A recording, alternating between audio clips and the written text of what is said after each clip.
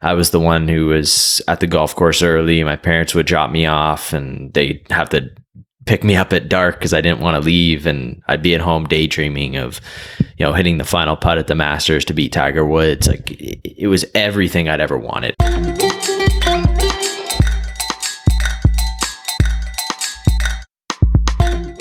Podcast Junkies 212. That's actually the original area code from New York City.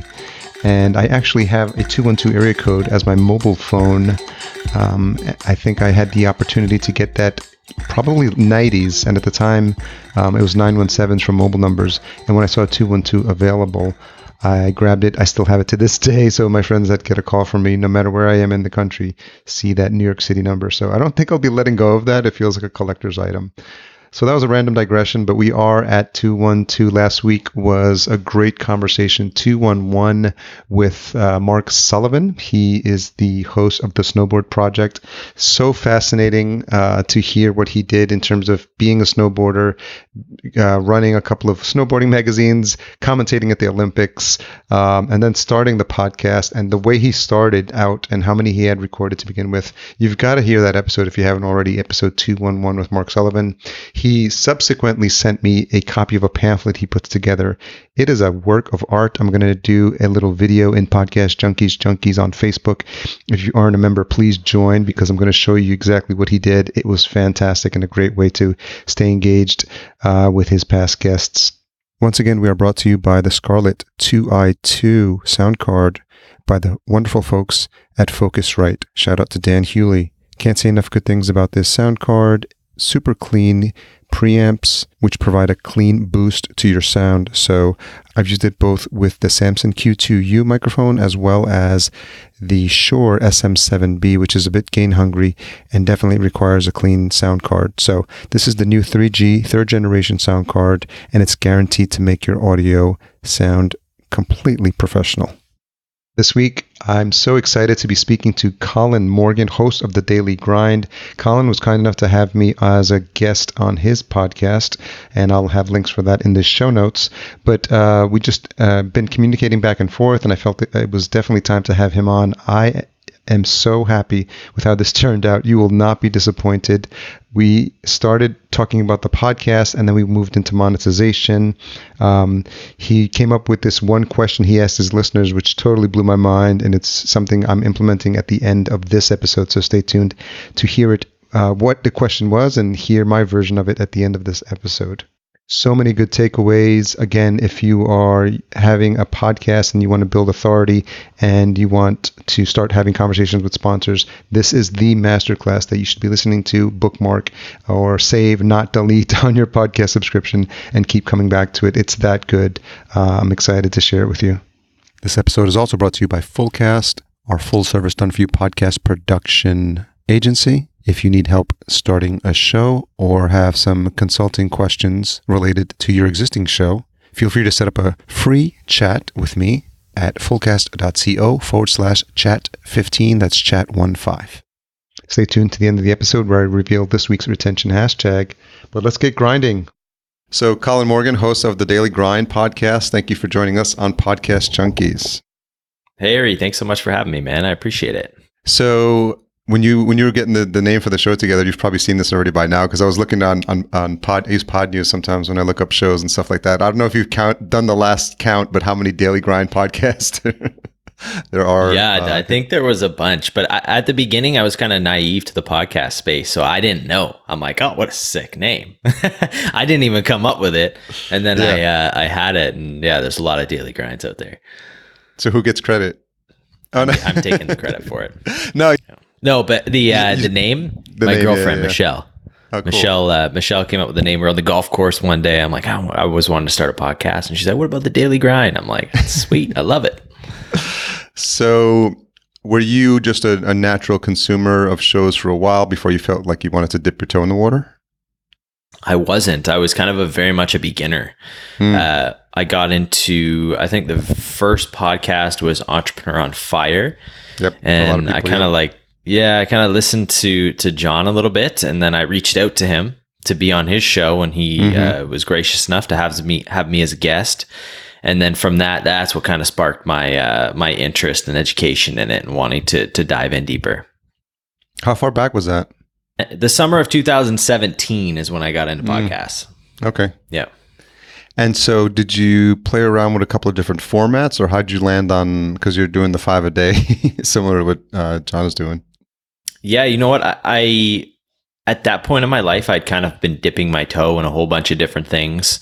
After my golf career, I tried a whole bunch of different businesses and they kept failing. And I was like, one of the biggest reasons I was money hungry. I was looking for that quick buck. And a lot of people probably listening can relate to that. And it just wasn't working for me.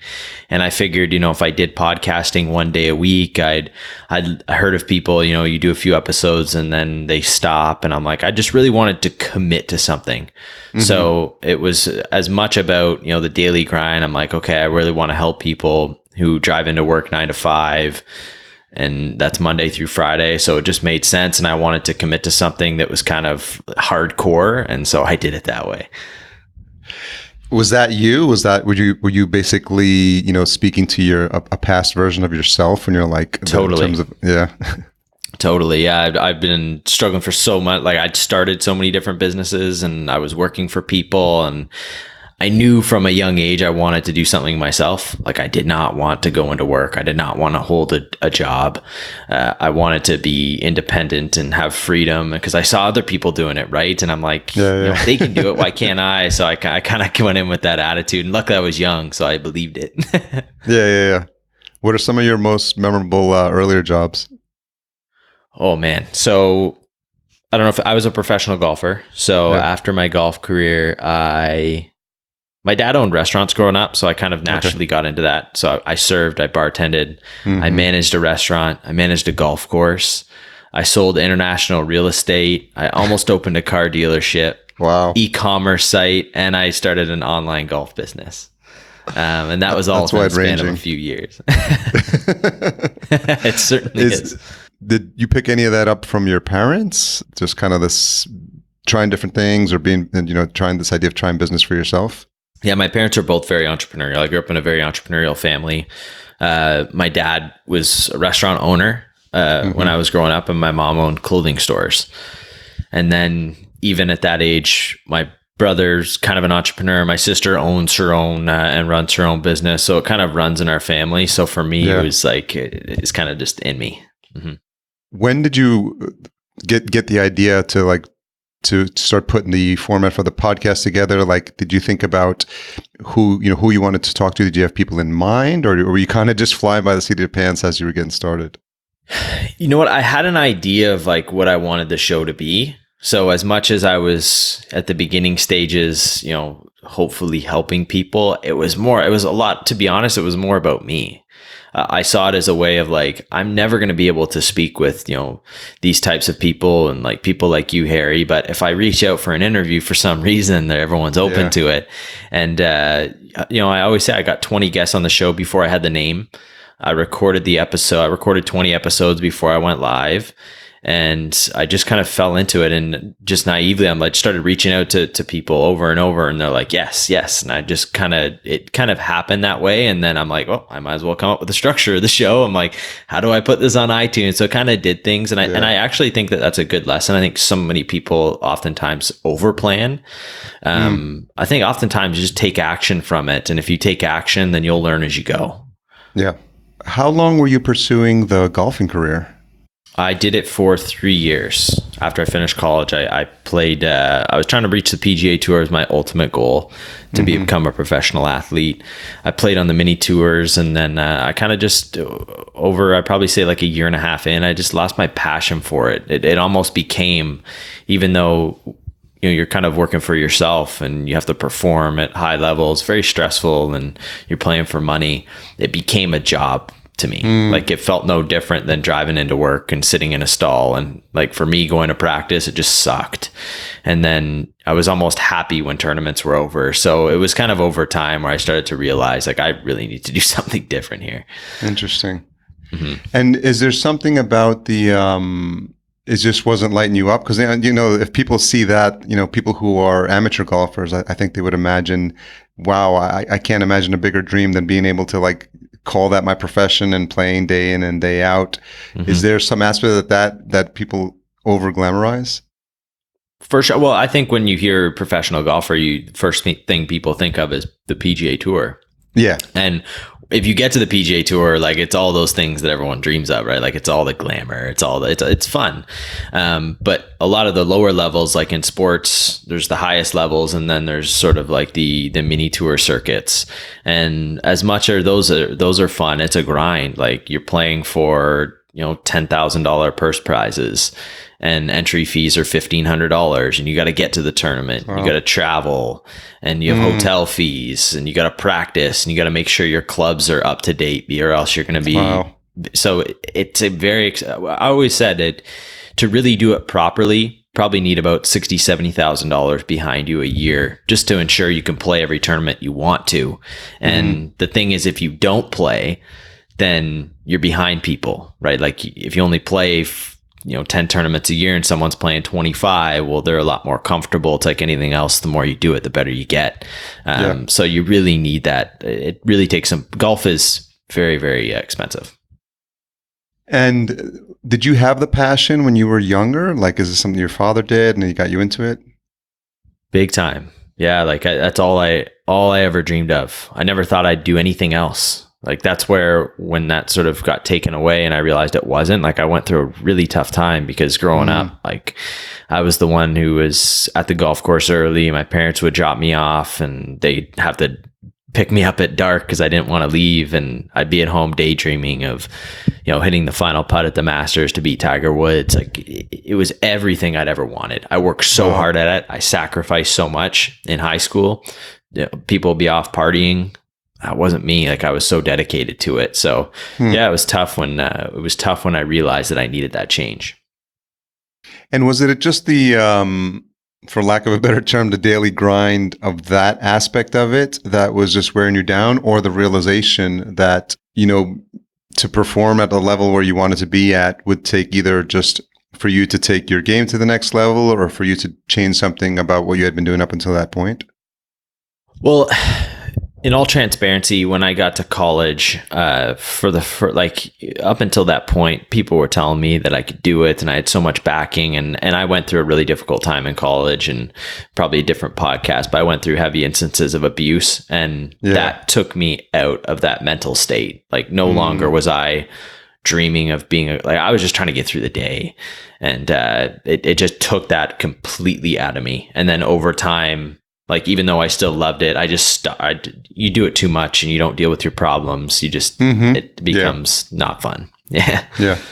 As you started to get into this routine of the daily show, like this idea of the daily grind and obviously all this mindset about how to practice that you learned as you were, in your golf career, I'm wondering if there's some parallels there and what you learned and just kind of talk us through that process of getting started and realizing that you have to do this and have to put out a product every single day. Yeah. So when I was starting to get into I really knew the importance of having a structured show. And for me, that's what for the first 100 episodes, I really followed a script, much like a salesman would get a script when you kind of get a job for the first time. You're not really comfortable with things. You don't know how to handle certain situations. So I kind of had my set of questions and I ran through them, and where I could chime in, I'd chime in. But it took me about 100 episodes to feel very comfortable with a microphone and to not kind of cringe over my own voice and little things like that. And like I learned as an athlete, stuff takes time and it takes practice and it takes consistency. And that's really why I love doing it 5 days a week. I still do it 5 days a week. I just love that consistency within it, and I love what I do. It took me 100 episodes to feel really comfortable. And then through hearing other podcasts and, when people would come on, I realized sort of the benefits of having more of a discussion-based episode instead of having it structured. I think because the only podcast I listened to was EO Fire, I felt like that was it. And that's how all podcasts are, yeah. Yeah, and I think that's a good thing. And then you don't know what you don't know, right? And you start to listen to other people's shows and you're like, okay, this isn't the only one. This isn't the only way to do it. And then you kind of find your own voice through that discovery and practice. When you were looking for your first guest, you said you had the first 20 recorded. Were you looking, was there a specific avatar you were looking for in terms of people you wanted on the show, or people that were like, had inspirational stories, or how did you think about who your ideal guests were? And then the counter to that is, who would you imagine is your listener looking for that type of content? Yeah, I was looking for entrepreneurs. So I wanted people who started their own business. I wanted people who people could relate to. So maybe they'd had a job before, they had a difficult or inspiring story, or a big name, right? Like someone who could come on at the time and help me grow my show. But I always had, and I still always have, like the person who listens to the show is someone who ideally someone who drives in to work 9 to 5. They have a decent job. They're looking for something different. Like they want something more in life. They know that they can do more. And this show just educates them and gives them the little inspiration that most people need to know that you can do it. So that's ultimately the person who listens. How are you doing your outreach in terms of like who you were going after for guests on the show? And how has that changed since the time you started?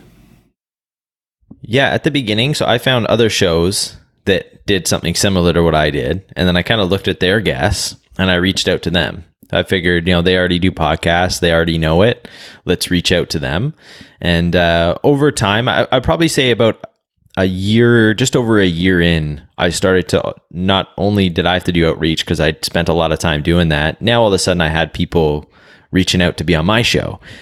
And that was kind of a cool moment for me. And now I get over 60, 70 inquiries a month. So the outreach is very, very limited for me. I'd probably say that I focus on maybe 5 people that I really want. And other than that, like I have so many outreach where I don't really have to do that as much. But like anything else, the beginning stages was a grind, like probably an hour to 2 hours a day, finding people and reaching out, trying to get them on the show. I was 1-2 hours a day. Like I had to do that amount of work in order to fill my pipeline, because I gave myself about a month and a bit of episodes before I launched. So I always have wanted to stay that far ahead. So in order to do that, ultimately I needed to essentially get like 10 guests every week to say yes and book on the show. So it was a lot of work at the beginning, but about just over a year in, I started to ultimately get inquiries for people to come on. And about a year and a half in now, I'm over 2 years, but about a year and a half in, I don't have to do that as much. I get about 60 to 70 inquiries a month. So now I can just kind of focus on who are the 4 or 5 people, or like, what's the one interview that I want per week that's going to stand out. So I kind of focus more on that right now. Yeah. How have you grown as an interviewer from when the time you started? It's funny, like I said, I the first 20 episodes I did, so before I aired it, I was so nervous. Like I took off my shirt. I had to do them shirtless. Like I was sweating. Like I hate, like it wasn't just stuttering and it wasn't just stumbling over words, but it was like, what if they ask this? And who am I? And I kind of had that imposter syndrome. I take it you weren't doing video if you were had your shirt off. Hell no, I was not doing video. Not a chance. That's funny. I was maybe a live stream. That would have been actually pretty funny. But yeah, just now I've over 470 episodes, 480 episodes recorded. So for me, it's just like anything. You get a lot more comfortable doing what you're doing, and you kind of find your own voice. And it's not as much a podcast anymore as it is a conversation. Like this feels no different than sitting with someone on the couch. Yeah, exactly. It is, but it doesn't feel as different. And you probably find that too. Yeah, and I think for the listener, they always appreciate the fact that they, we're taking into account. I always say this probably on every episode, but there's 3 people in the conversation. There's you, there's me, and then there's the listener. And it's singular listener too, because it's one person listening at a time. And I think a lot of podcasters think they're speaking to a whole audience of people. True. But on a podcast, it's literally like one person listening at this. There's the one person that's listening to this exact thing that we're saying to you right now, if you're to you, the listener. So I think that's something to keep in mind. When did you feel, was there a turning point with, or does a specific interview come to mind where you felt like you were sort of in the zone or more relaxed, or you were like, because we've had those conversations where just you feel like you could talk to the person for like hours and hours. Yeah. I don't know if there was a specific interview. Like, I don't know if there was that like TSN turning point, so to speak. I'm in Canada, so ESPN turning point, I guess. I don't know if there was that specific one for me. Ultimately, it was just, I think just one, I don't even know the time. It was just 1 month. I just kind of took off the questions and I just started to have a conversation. I felt very comfortable over it. And through that, it took a little bit of time because ultimately you have those little defaults that have been ingrained in you. So you kind of say those little word patterns over and over. Crutch words. But I think at the time where I just kind of moved the paper aside, didn't have to look at a Google Sheet for the questions, that's when it kind of changed for me. And I ultimately felt like that's really when the podcast grew too. What have you learned, or is there a common thread? Because you have 400 interviews with people who are successful entrepreneurs. You start to learn a little bit about what it takes to, run a good company, build a good company, sustain a good company. So, you're now not only learning how to become a better podcast host, but at the same time, because your topic is entrepreneurship, you're starting to probably learn about what it takes to build and run a successful business. 100%. Yeah, I think the biggest things I've learned, and it took a while because I'm like, these people all kind of share the same commonalities, and I didn't really know what it was. And habits are so important. People who perform at high levels and who have successful businesses, what they do, even what they do when no one's looking, is different than everyone else. Like, we strive to be the 1% in life, I guess people say, right? Like, you want to become the 1%. But to be the 1%, you have to do what they do, and they don't do what everyone else does. So you almost have to transform yourself into something different. And that doesn't mean you become someone new. It just means the way you think. And instead of waking up and you doing one thing, you drink a glass of water, or you get your exercise in, or you listen to a motivational thing in order to get you going through the day, or read a book instead of watching TV in the morning. It's just certain things, little things, I believe, that ultimately, if you were to compare, I don't know, 100 millionaire with someone who's making $250,000 a year, I don't think that there's crazy amount different. I just think it's typically little things that they do in the mornings, little things that they do at night, and how they think about life and people. I ultimately think that's kind of the key. Is there a particular recent interview that comes to mind of someone that just is either an industry that you didn't know a lot about, or a specific conversation that kind of was inspiring you in terms of how they built their business? One guy in mind is, I kind of knew about him. I've heard about him. His name's Charlie Jabalay. And people may call, I think Charlie Rocket, I think is his nickname. Okay. He's really interesting. He was in the music industry. He was 2 Chainz's manager. He left, had this dream to become an athlete, and he became a Nike athlete. He weighed like 300 pounds, lost like 175 pounds, did marathons, and Nike signed him on to be an athlete. And he got on a commercial with LeBron James and Serena Williams. And it's just the way he thinks about life and thinks about social media and how he manifests things. And it's just the belief in himself. I think that stood out more than anything. It's just like the way he talked and the way he believed in himself and what he said, you felt it. Like, to me, he was on a mission. Like, he's on a mission in life. I feel like so many other people, like, too, you speak with them, they have conviction to what they, like, you believe in it, right? Like, with what they do, you believe in it. And it's not that they're cocky or arrogant. It's that they just have a surety about them. And for him, he just had this surety about him. And he speaks in an Atlanta accent, and he's kind of got that hip hop thing. Yeah. Man, I honestly think he's someone that most people are going to know. Very cool. How did you come across him? Instagram. I think, like so many other people. Yeah, he was just on Instagram, and I think MFCEO. What's his name? Oh yeah, the MFCEO project. I forgot his name too. Andy Frisella. That's it. Yeah. We got it. He was talking about this guy named Charlie. Oh, okay. And then I kind of just went on his Instagram page, and the way he thought about Instagram, and it just kind of resonated with me. And then I just kind of dived deeper. So yeah, it was through that. So bring us now current day. Like, how are you thinking about the show as a business? Because I imagine it started as a hobby, but it's now something that you're thinking about growing. I know that you've also dabbled with a mastermind as well. I heard you mention on the show as well. So can you talk a little bit about that, about how you now take something that you're starting as a passion project, but not figuring out with the help of the 400 interviews as well and everything you're learning, like how to now build this into a business. Well, I think I always had one, even when I started, like I always came in with the intention when I was podcasting that it wasn't a hobby, that this was going to be a business. Like anything else, like I saw someone else do it and I just had the mentality, like I'll do that. Yeah. And I don't know if it's a naive thing or I was young, like I was 25 at the time. Yeah, 25. So I came in with this real surety attitude that I can do that. And I just, from the very beginning, I looked at how do people monetize their show? How do you make money? And at the beginning stages for me, it was a lot of just trying to build up my listenership.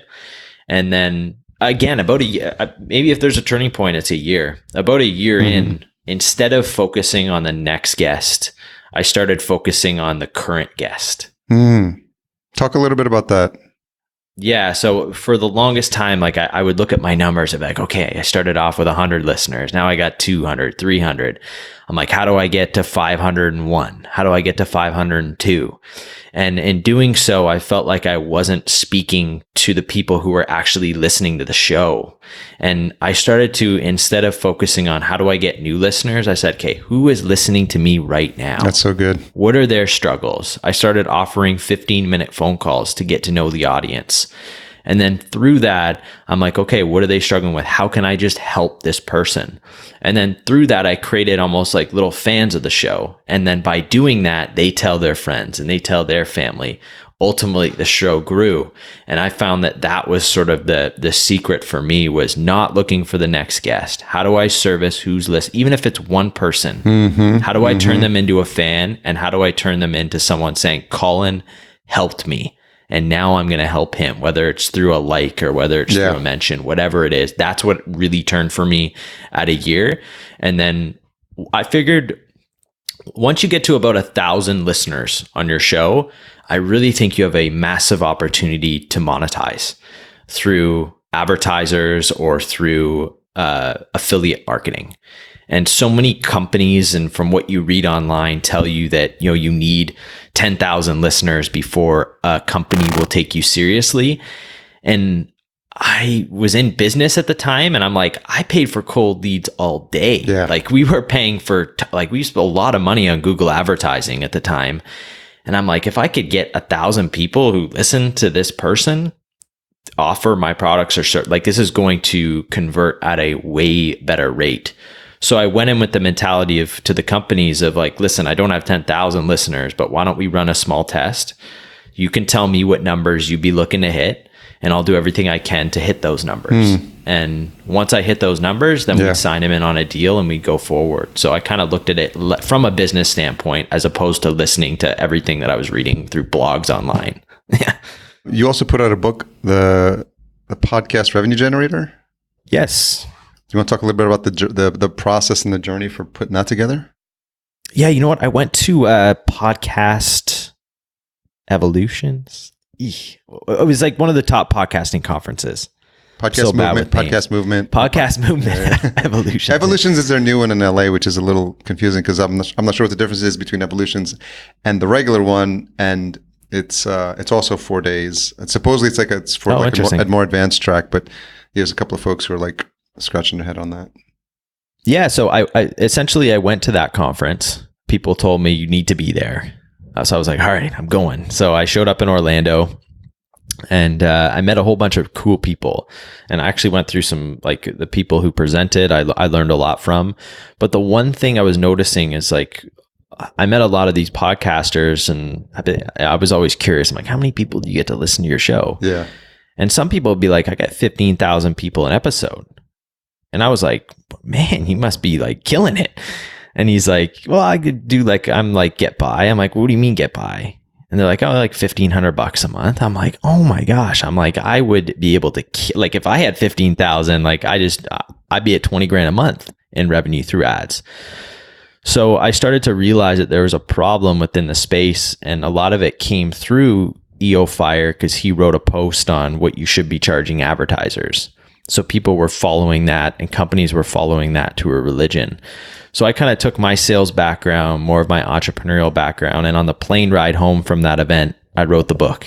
like in 2 hours.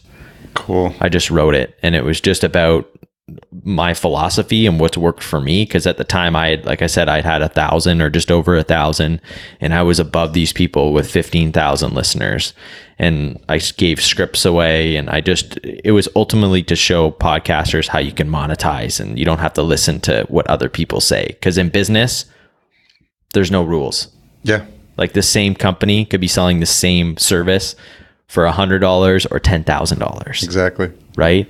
It's just all about, what does the company need? Can you fulfill the need? And if you can fulfill the need, looking at their monetary gain and then looking back and saying, okay, this is what I bring to the table. I'm not worth this. I'm actually worth this.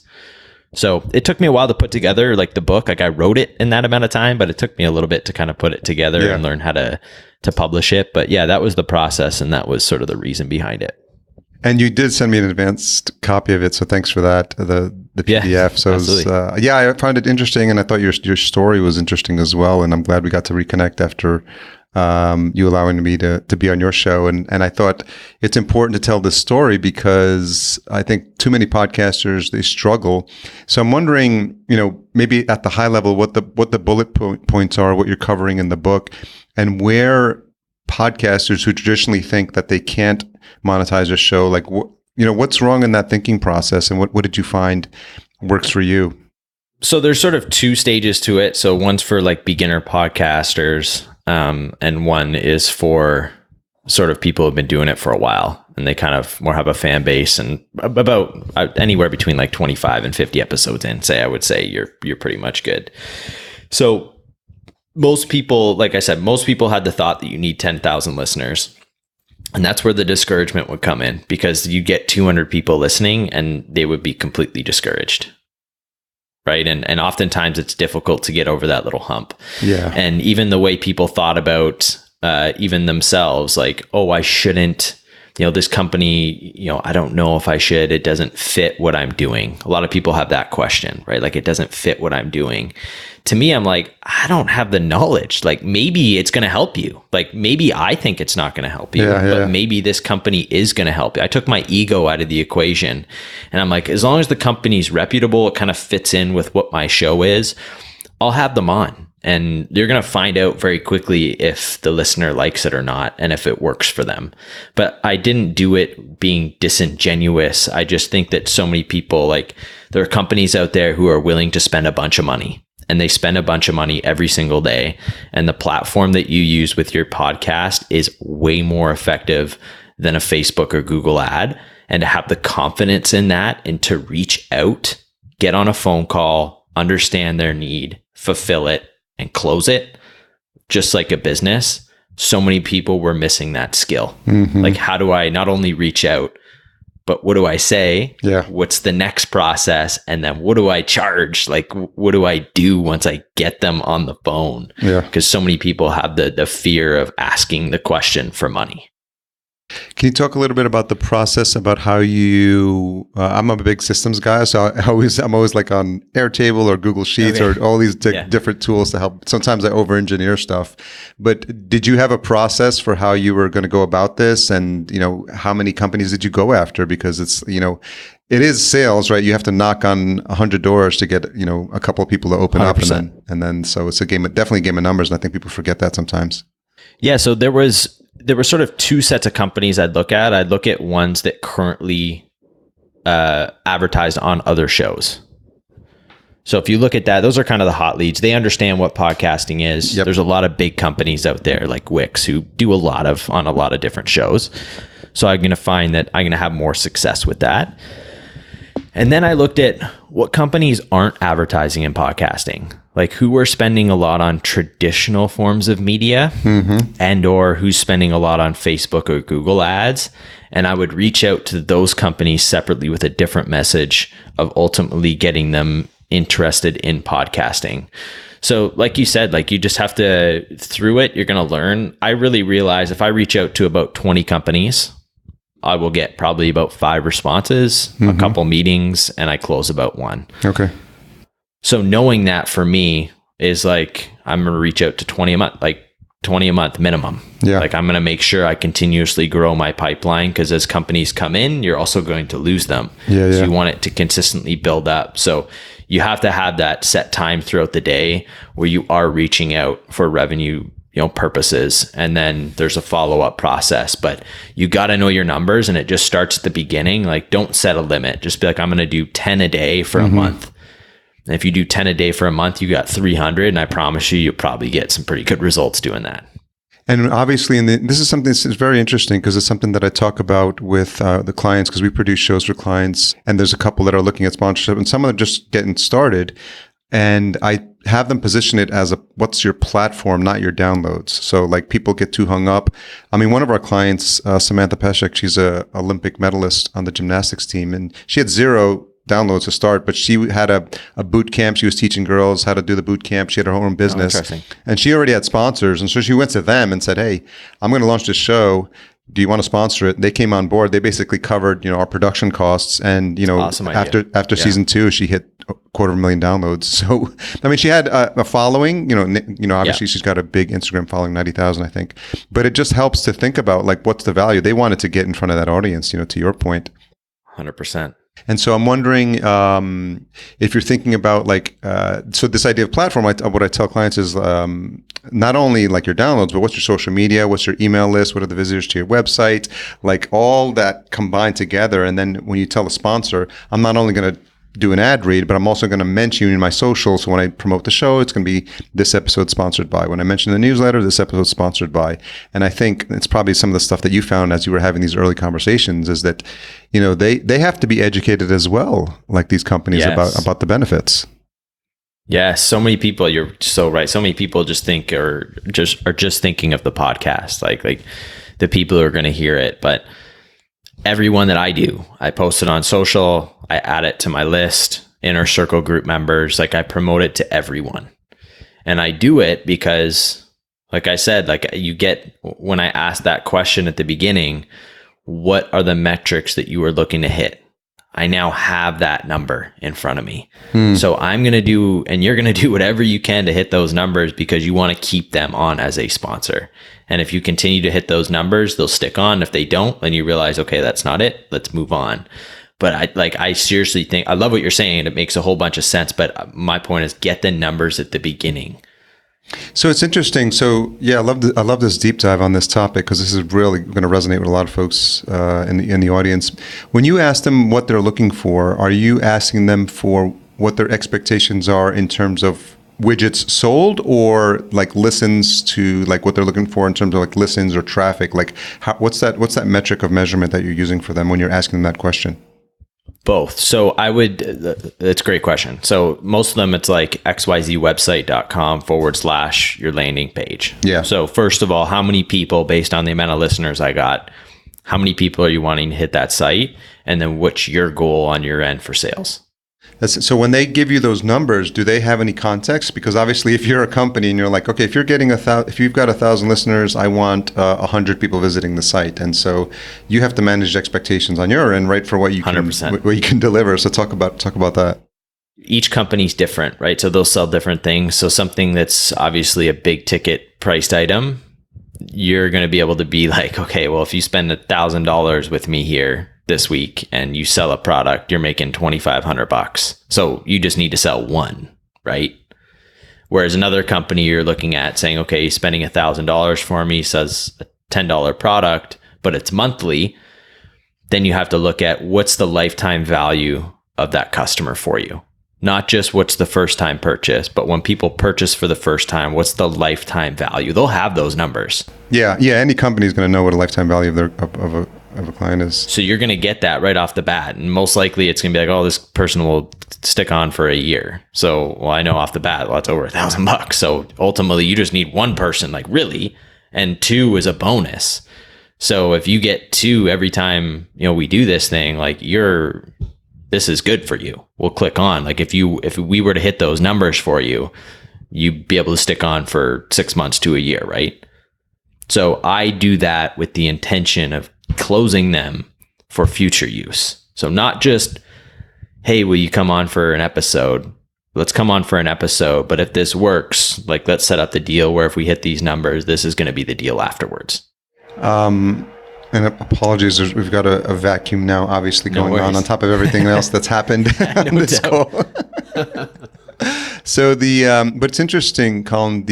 What I'm hearing you say is that this is an active discussion, and you're customizing your conversation, your responses to what they're telling you, and you are actually educating them as well into what real expectations are. And then when you say things like, okay, what's the lifetime value? How much is this worth to you?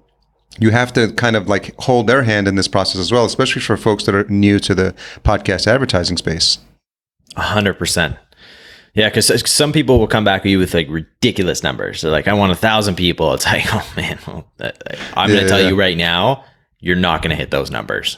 So if like that is the number one priority for you, that you need 1,000 people to visit your website, my show's not for you. But if this is something where you were looking to sell this product, or let me educate you, you're probably going to get this amount. And the second time you do it, you'll get more. The more times you advertise, the more people are going to trust in you, because they're going to realize that I trust in you. So they become more of a company. No one buys really off the first one. Yeah. So that's where you really need the repeat business. Like anything else, you could tell them as you walk through, when you run a Google ad, does someone buy the first time they click? No, that's why you pay for retargeting. Yeah. Yeah, it's an old sales maxim of like, I think, depending who you ask, but they say like someone needs to hear a product mentioned or an offer made 11 times. I think it's something like that before they will decide if they want to purchase it. And so you mentioned like per episode, maybe to get their feet wet to try something, but are you trying to get a commitment? Because a lot of times when I have these early discussions, I try to get them into a 3-month commitment, because in fairness to the host, the guest, the listener, and the sponsor, like the more time we have that relationship, the longer that relationship is, the better it is for everyone. Totally. I believe if it's a company I know, like I use the product and I believe it can help, 100% I'm going for a long-term deal. If it's something that I'm just kind of getting to know and like I don't really know if this is going to work in, like recently I've done a couple, one was a health product. Like I did one through HelloFresh where it's like a meal delivery service kit. Yeah. So something completely different than what I'm used to. So I did about 6 episodes with them so they could get to know the feel. But if you hit those numbers and it really works for them, then we'll get them into the longer term deal. But companies that are a little more like, and you trust and who do that, I try to get that from the beginning. But ultimately, I'm trying to build trust. Like I'm trying to show them that I'm going to do what I can to help you. Like I'm not just going to take your money because have listeners, which I think so many people do. It sounds like you're building these relationships directly with the companies as well. Yes. Is that the case? And I imagine that's much better, because a lot of these companies that you mentioned, they're probably working with like a mid-roll or some of these, True Native or some of these advertising agencies. But obviously, if you do that, they're going to take their 30%. So it sounds like you made a decision early on that you were just going to go straight to the source and have these conversations directly with the folks in charge. Yeah, I try to work. I've worked with the outside companies, the representatives, and I just find I don't get, like, they can't give me any answers. They just want to buy the ad spots. And it's like, well, I don't know if it worked. Like if you told me after a week that we could have changed up the wording or I could have helped you in some different way. And then you don't get a lot of the communication back and forth. And ultimately too, you don't get paid on time. And I think that's super important as an entrepreneur. When you deal with other companies, they want to get paid. But when they're paying you, it's like 2 months down the road, you ultimately get paid. And for me, it's like, no. You want to advertise on the show. You pay for it. Like I'm not a subscription basis here. Like, you pay for when you go to buy a shirt, you're not like, oh, can I pay you back in a couple months? It's like, no, you bought the shirt. I want to wear it for a couple days. Yeah. Let me get a feel for it. I'll give you some money later. It's like, no. So I think that's why working with the company directly, you get what you want and they get what they want. And you're having them pay ahead of time before the ad is run. Yeah, in most cases, 90% of cases. Some I don't, like some I'll be like, okay, you're a big company. This is how you do business. I get it. But ultimately, like, you want to advertise, this is the cost. And Are you comfortable sharing like ranges, without getting into specifics? But I think a lot of challenges people, new podcasters face in terms of like, where do I start? What do I offer? And obviously that the broken CPM model doesn't work because, like you said, if you were doing 1,000 downloads and you were doing the industry standard, like $25 CPM, you'd be getting $25 an episode. And I think you're getting more than that. So, Yes. Yeah. but I think in selling the value, it's clear that you are offering a per episode price for them. So can you, to whatever extent you're comfortable sharing, like what that range looks like, and for new podcasters who are in this range of like, they're hitting that 1,000 download mark, what types of conversations they can expect to have? Yeah, for me, anywhere between like, I'll give you a range because it depends, but like 250 to 500. Okay. New podcasters, like, don't charge any less than $100. Like, I just think if you're making $25 for an ad spot, you're getting like they're stealing from you.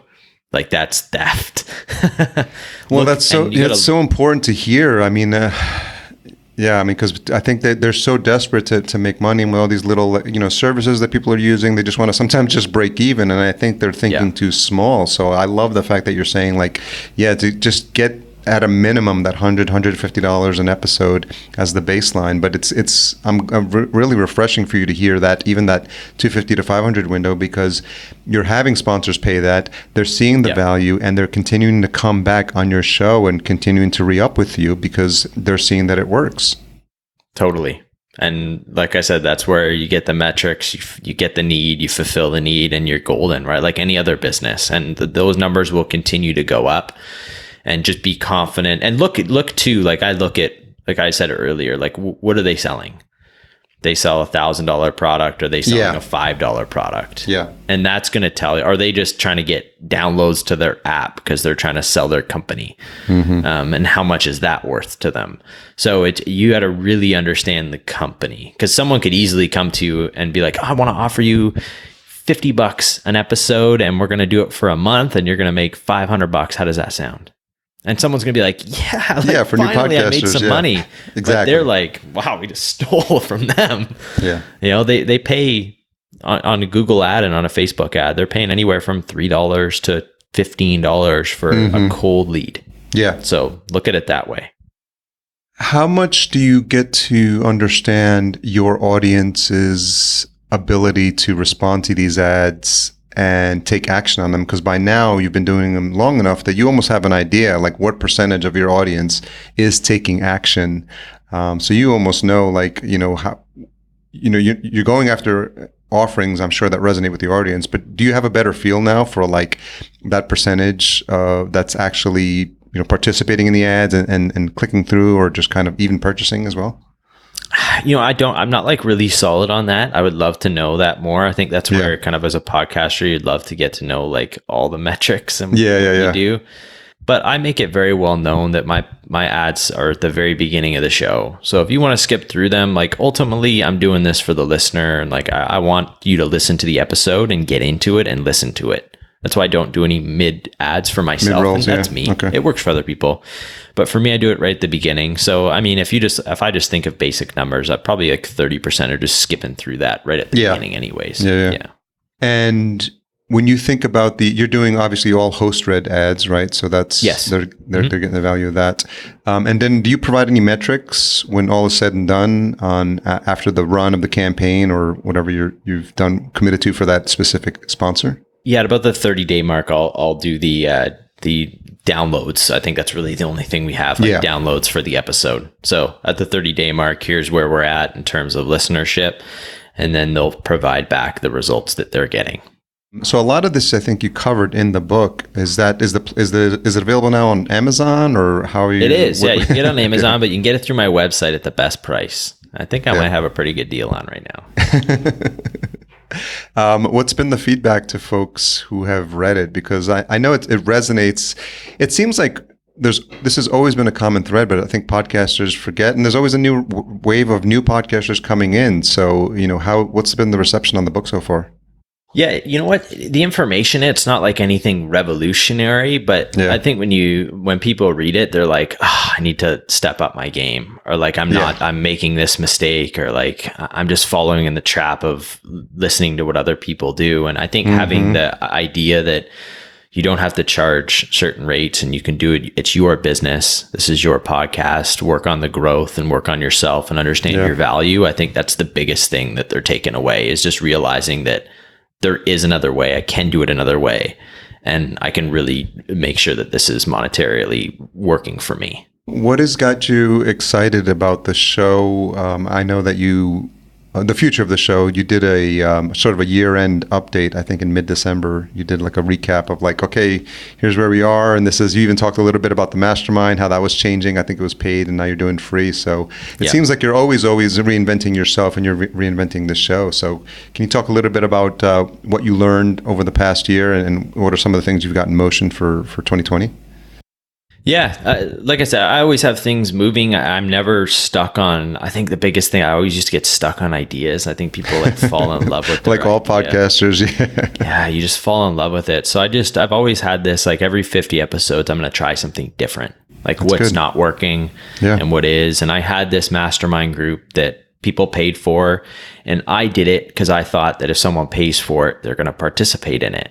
But still, people don't participate in it. So I'm like, you know what? I'm going to make this free, but I'm going to vet. Like, I'm only going to allow a certain number of people and a certain type of person. And if someone's not participating, like they're going to get it from the very beginning. Just like people give me metrics. I'll be like, listen, if you're not participating, you're going to know that you're not going to be a part of it. No hard feeling, but I just want people to be really engaged with it. So as much as it is for the listener, it's for me too. Like get around people who are guests on the show, have a business, who are just starting out, learn from one another. And then I give the chance with the group to do a 15-minute call with each guest. So luckily guests are very gracious with their time and are able to offer that. And I think that's a huge bonus for people, because that's when you really start to see some results, is when you start to get on the phone with people like that. Yeah, I heard you mention that like your past guests are sort of, some of them, a good percentage of them have been gracious enough to offer their time to the folks in your community. Mm-hmm. Yeah, it's been amazing. And I said, you don't know, you just have to ask. And so many people that you find, they've been where you are and they're wanting to help. And I think that innately people are very kind and good. And that's what I've noticed. Yeah. Yeah. I mean, and again, grateful for you having me on your show. So if there's any way I can pay that back or help out your community, just, by all means, definitely ask. So a couple of questions as we wrap up. What's something you've changed your mind about recently? You know, I'm writing a book right now. Okay. My first real book. And I think how we view people in power and how we look up to people and idolize people, I think oftentimes we almost place ourselves on this sort of scorecard of life. Like we rank ourselves based on the money we have and the things we have. And I just think that that's such a backwards way of doing things. And I think it's causing a lot of issues and problems in our world when we think and do things that way. So how I viewed people in power, and not just like angry at them, but also understanding that they were never taught what to do one day when they got everything that they have ever dreamed of. Like we always you work so hard to get what you ultimately have dreamed of getting, but we're never taught how we're supposed to act when we get there. So I'm very sympathetic and trying to dissect that and educate myself on why people act a certain way when they get these things, and then also provide them with the information that, you know, when people have a dream, and I felt this with golf, when people have a dream, you're susceptible to people. You do things you wouldn't normally do in a certain setting because you're trying to get to a certain level. So I think how we view power is really hopefully going to start to turn.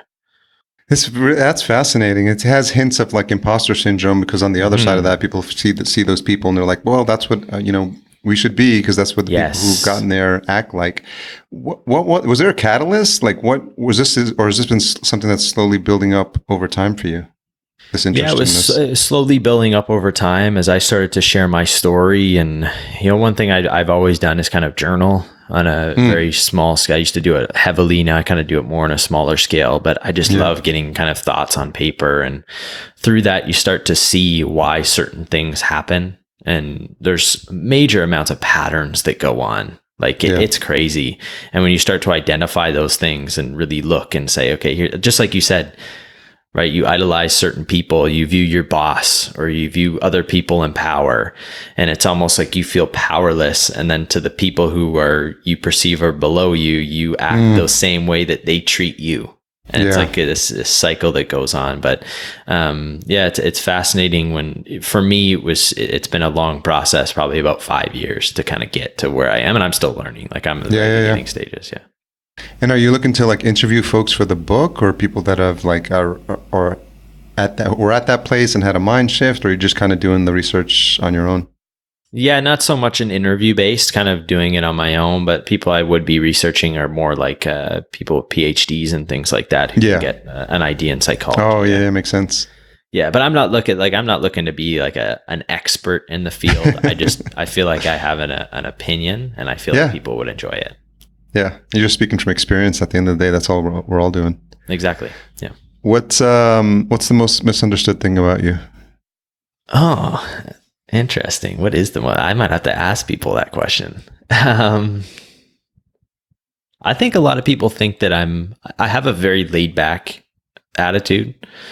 And I think when people meet me, even with my family, people think that I'm not that way. Like I'm very determined and ready. I just don't show it externally. I'm very internally driven. I don't have this, like, I have to show people what I'm doing. I don't have that in me. So I think when people meet me or you hang around me for a long time, like maybe think that I do things kind of slowly, but I'm very internally driven. You're like the Matthew McConaughey of business. Everyone thinks he's like a stoner dude, but he's just like this incredibly successful like actor, like commercials. He's probably like a uber millionaire, and it's funny. So I don't know if you've ever been called the Matthew McConaughey of business. I haven't, but I'll take it. Like I'm going to take that one to the bank. We're recording this, right? Yeah, of course. Perfect. It's on the record. Perfect. Well, Colin, I mean, the technology podcasting overlords were trying to not make this conversation happen, or they were put a lot of roadblocks up at the beginning, but I'm glad we were able to work through all those things. Just hats off to what you've been able to pull off with the show. I think it's inspirational for a lot of folks that are listening, but with the also caveat of understanding that it takes work. It's not something that's going to be handed to you. It's something that you have to put in the time for. And it seems like you definitely had the background and the discipline because of what you were aspiring to with your golf career. And so I think if people put that sort of drive and the determination, obviously they can make anything succeed, even a daily podcast. And even the next step is not only producing it, which you've been consistent with, but also monetizing it, which I think is going to be inspiring for all. So I'm glad we were able to reconnect. And I think you had sent out the email about the book, and I was like, wait, I got to talk to Colin. Like, I got to get him on the show because we I just want to, hear your story, and it's just so much more than I even thought it was. So I'm really grateful for you for coming on and for sharing your story with my audience. Thank you, Harry. I appreciate what you're doing, and I appreciate you giving me the chance.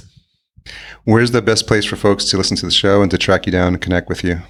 Yeah, if you go to dailygrindpodcast.com, you're going to find everything there. And on social media, either LinkedIn or Instagram. And my handle there is colinmorgan.dgp or colinmorgandgp. Sorry. Okay. And we'll make sure we'll put all that stuff in the show notes so people find it. So thanks again, and hope you have a fantastic day. You too. Thanks so much.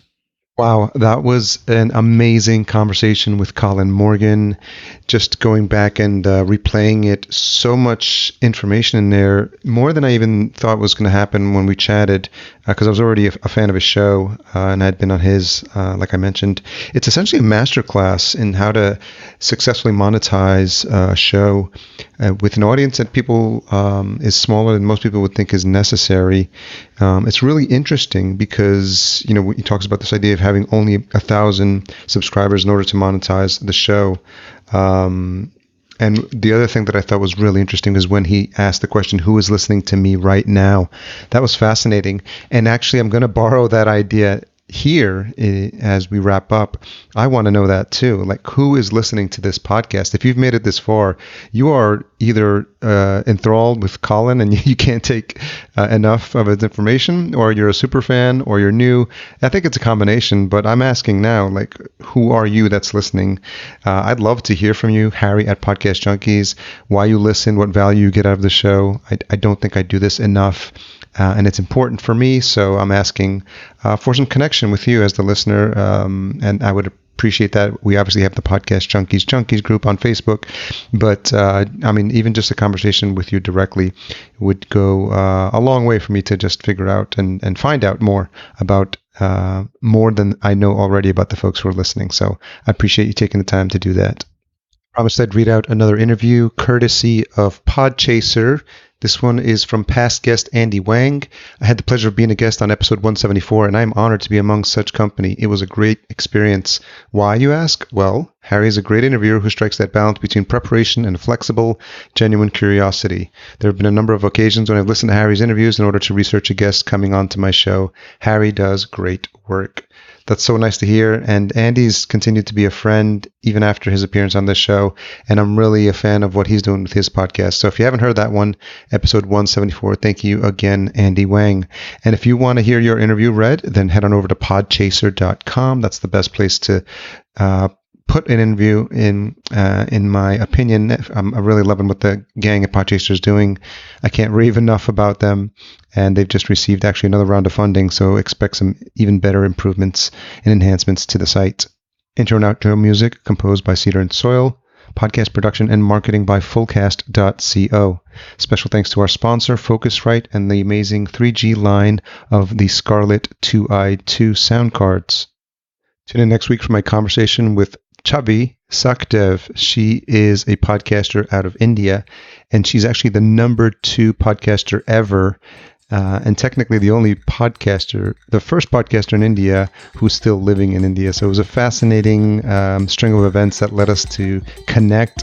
And we had a great conversation. I'm really interested in you hearing what's happening in India in terms of podcasting. She gave us the total lowdown, and it was just a fascinating and fun conversation. So look forward to that.